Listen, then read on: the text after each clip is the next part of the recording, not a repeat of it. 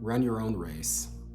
So oftentimes in life, it can be easy to feel the need to always look at someone else. When we're running, we're always checking our sides to see, okay, well, how is he doing? Is he behind me? How far behind me is he? Is he ahead of me? How far ahead of me is he? Okay, well, what can I do to make sure that he doesn't catch up to me? Or what can I do to catch up to him or whatever? And it can be so detrimental because at the end of the day, if you're running a 100-meter dash, if you look to your side, you're only slowing yourself down. And of course, someone, let's say like Usain Bolt's like, an exclusion or an anomaly because he's, so fast that, and even him, it was kind of at the very end where he might look to his side. But for most of us, looking to the side is only going to slow us down. And if you're running a 100-meter dash and you start to look to your side to see, okay, well, how's he doing? Is he behind me? Is he not? Now what you're doing is, A, you're slowing yourself down. B, the person behind you could catch up to you because he's focused on where he needs to go. But because you got so sidetracked and trying to see where he was at, he's already about to catch up to you and pass you now. And I think one of the biggest causes of imposter syndrome is just that. You get imposter syndrome when you get so caught up in what other people are doing and how accomplished so-and-so is and what so-and-so has done for the company or what so-and-so did to get into school that you forget to focus on yourself and how you can improve yourself. And that's why, to me, the 100-meter sprint is such a beautiful event because you don't really have the time to worry about how so-and-so's doing or so-and-so's doing. Immediately you get out the blocks and you're so focused on driving, trying to generate power, and then looking up and just dipping and sprinting as fast as you can until you hit that 100-meter mark that you literally can't afford to start looking from side to side.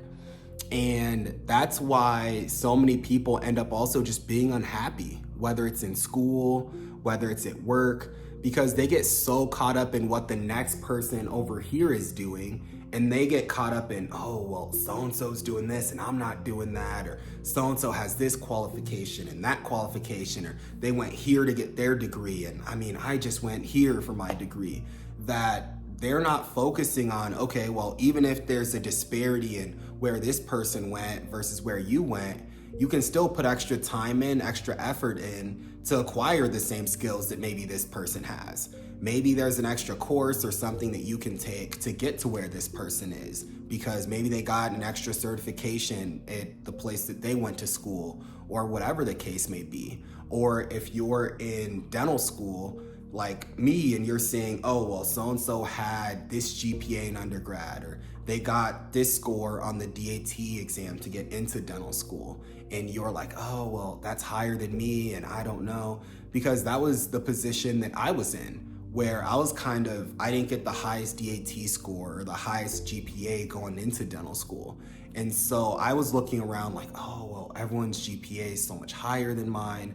But ultimately, I had to remember that we're all in dental school still. There's no tier to being in dental school. Just because someone had a higher GPA than you or a higher DAT score, you're all still in dental school. So it's a level playing field. Just like whether it's a job or whatever, if someone has more qualifications than you or whatever, but you work at the same company, have the same job, now it's a level playing field. So now you're in a position where if you work extra hard or you work really smart, you can still be in a position where you could maybe get promoted over this person or whatever the case may be. Whereas same thing in dental school, even if you didn't have the best GPA or the best DAT score, you could still put in extra time and extra effort and still end up getting maybe better grades than this person or whatever.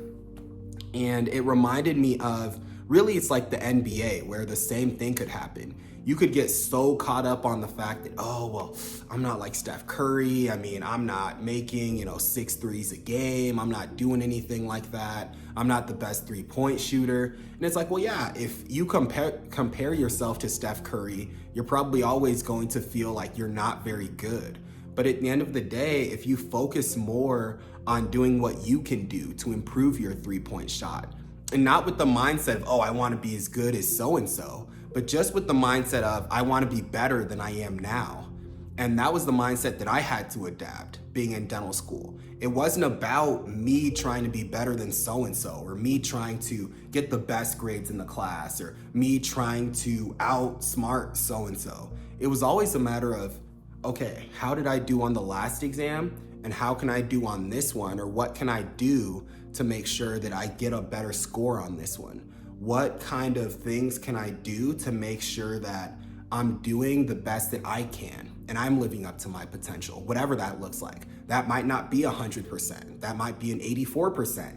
That might be the best score I could have gotten on that exam if it was, a busy exam week, or all things being considered, if it's a tough class or tough professor, whatever the case may be. We have to start to look at things in a more linear pathway. And this tends to simplify things a lot more. You don't have to worry about, oh, well, so-and-so is doing so much better than me, or so-and-so is outsmarting me. Now you just approach things from, okay, well, I got a 72 on the last exam. I want to get at least a 73 on the next one. And it's really just about improvement for yourself. Because if you're comparing yourself to other people, the class average on the exam you got a 72% on might have been an 85%. So now you're sitting here like, okay, well, I was below that. And then the next exam, you get a 78%. And the average was an 87%. So now, even instead of being happy or feeling more accomplished that you did better than the last exam, you're going to feel frustrated and upset because you're like, well, the average, I was still way below the average. And that was another reason why I had to stop checking averages, because that also tends to worsen those symptoms of imposter syndrome. If you're constantly checking to see how's everyone else doing, that's just like the analogy of, you're constantly looking over your shoulder. You're constantly comparing yourself to see, okay, how do I measure up with so-and-so? How do I measure up with so-and-so?